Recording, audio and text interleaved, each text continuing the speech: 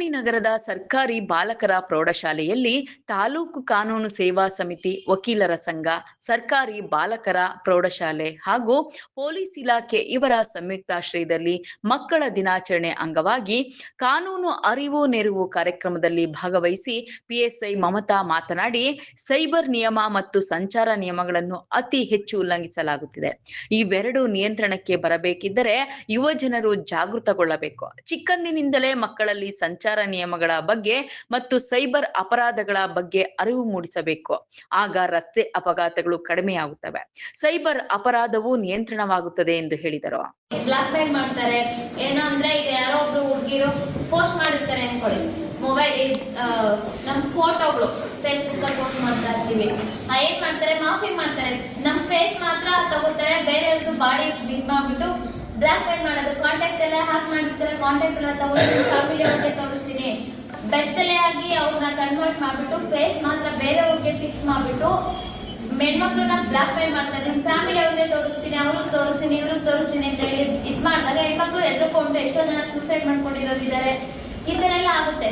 So ಇದೆಲ್ಲ ಮಾರ್ಕ್ಸಿಂಗ್ ಬಂದ್ಬಿಟ್ಟು ಎಲ್ಲ ಸೈಬರ್ ಫ್ರಾಡ್ಗೆ ಬರುತ್ತೆ. ಏನಾದ್ರೂ ಆತರ ಯಾರಾದ್ರೂ ಆದ್ರೆ ನಿಮ್ಮ ಅಕ್ಕಪಕ್ಕ, ನಿಮ್ಮ ಅಕ್ಕ ತಂಗಿಯವರು, ರಿಲೇಷನ್ಸು ಯಾರಾದ್ರೂ ನಿಮ್ಮ ಹತ್ರ ಕ್ಲೋಸ್ ಇರೋರು ಹೇಳ್ಕೊಂಡಾಗ ನೀವು ನಮ್ಗೆ ಮಾಹಿತಿ ಕೊಡಿ, ನಮ್ಮ ಸ್ಟೇಷನ್ ಬನ್ನಿ, ನಾವು ನಿಮ್ಗೆ ಏನಾದ್ರು ಸೊಲ್ಯೂಷನ್ ಏನಿದೆ ಅದನ್ನ ಕಂಪ್ಲೀಟ್ ಆಗಿ ಇದು ಮಾಡಿ ಕೊಡ್ತೀವಿ. ಮತ್ತೆ ಫೈನಾನ್ಷಿಯಲ್ ಫ್ರಾಡ್ ಏನಂದ್ರೆ ಮನೇಲಿ ಇರ್ತೀವಿ ನಾವು, ಏನು ಮೊಬೈಲ್ ಯೂಸ್ ಮಾಡ್ತಾ ಕುತ್ಕೊಂಡು ಮೊಬೈಲ್ ಯೂಸ್ ಮಾಡ್ಬೇಕಾದ್ರೆ ನೀವು ಮನೇಲೆ ಕುತ್ಕೊಂಡು 2,000 ರನ್ ಮಾಡ್ಬೋದು, 3,000 ರನ್ ಮಾಡ್ಬೋದು, 1,000 rupees ರನ್ ಮಾಡ್ಬೋದು, ತಿಂಗಳು 30,000 ರನ್ ಮಾಡ್ಬೋದು ಅಂತೇಳಿ ಹೇಳ್ತಾರೆ. ಹಾಗೇನ್ ಮಾಡ್ತೀವಿ, ನಮಗೂ ಆಸೆ ಬಂದ್ಬಿಡುತ್ತೆ. ಅಮೌಂಟ್ ಅಂದಿದ ತಕ್ಷಣ ಎಲ್ರಿಗೂ ಆಸೆ ಅಲ್ವಾ, ಮನೇಲೆ ಕುತ್ಕೊಂಡು ಅಷ್ಟೊಂದು ದುಡ್ಡು ರನ್ ಮಾಡ್ಬೋದು ಅಂತಂದ್ರೆ ಎಲ್ಲರಿಗೂ ಬರುತ್ತಲ್ವ ಆಸೆ.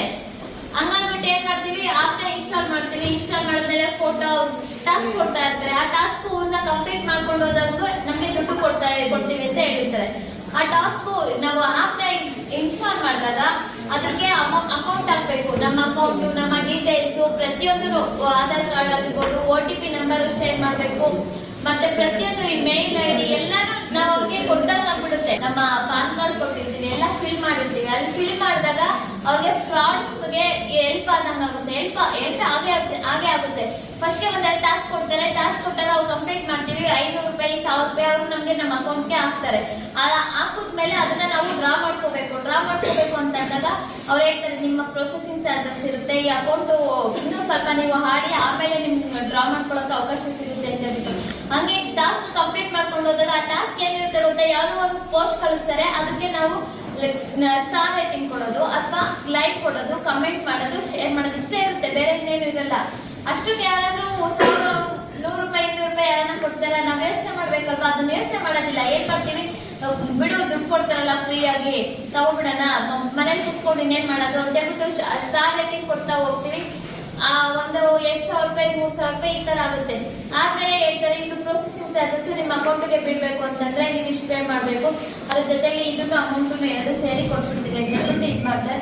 ಆಗ ನಾವು ಹೌದೇನು ಅಂತ ಹೇಳ್ಬಿಟ್ಟು ಆಗ್ತಾ ಅವ್ರ ಹಂಗೆ ನಮ್ಗೆ ಹೇಳ್ತಾರೆ, ನಿಮ್ಮ ಅಕೌಂಟ್ ಇನ್ನೂ ಜಾಸ್ತಿ ಬರುತ್ತೆ, ನೀವು ಇಷ್ಟು ಪೇ ಮಾಡಿದ್ರೆ ಕೊಡ್ತೀವಿ, ಮನಿ ಡಬ್ಲಿಂಗ್ ಮಾಡ್ಕೊಡ್ತೀವಿ ಅಂತ ಹೇಳ್ಬಿಟ್ಟು ನಮ್ಗೆ ಆಸೆ ಹುಟ್ಟಿಸ್ತಾರೆ. ಆಮೇಲೆ ಯಾರು ಹೇಳ್ತೀವಿ ಹಿಂಗೆ ಅವ್ರು ಹಾಕ್ಲಿಲ್ಲ ಅಂತ ಹೇಳ್ಬಿಟ್ಟು ಇನ್ನೊಬ್ರು ಸಜೆಷನ್ ಹೇಳ್ತಾರೆ, ಅದು ಸೈಬರ್ ಫ್ರಾಡು. ನೀವು ಫಸ್ಟ್ ಕಂಪ್ಲೇಂಟ್ ಕೊಡಿ ಅಂತ ಹೇಳ್ಬಿಟ್ಟು. ಆಗ ನಿಮಗೆ ಗೊತ್ತಾಗಲ್ಲ ಎಲ್ಲಿ ಹೋಗ್ಬೇಕು, ಏನು ಹೋಗ್ಬೇಕು, ಚಿಕ್ಕಬಳ್ಳಾಪುರ ಹೋಗ್ಬೇಕಾ, ಸ್ಟೇಷನ್ಗೆ ಹೋಗ್ಬೇಕು ಅಂತ ಹೇಳ್ಬಿಟ್ಟು. ಈಗ ಎಲ್ಲ ಸ್ಟೇಷನಲ್ಲೂ, ಪ್ರತಿಯೊಂದು ಸ್ಟೇಷನಲ್ಲೂ ಸೈಬರ್ ಫ್ರಾಡ್ ಕೇಸು ನಾವು FIR ಮಾಡ್ತಿದ್ದೀವಿ, ರಿಜಿಸ್ಟರ್ ಮಾಡ್ತಿದ್ದೀವಿ.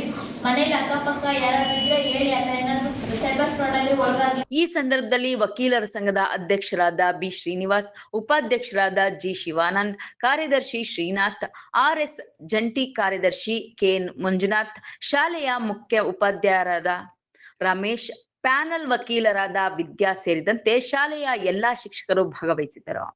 Aslam Pasha, MMTV news, Chintamani.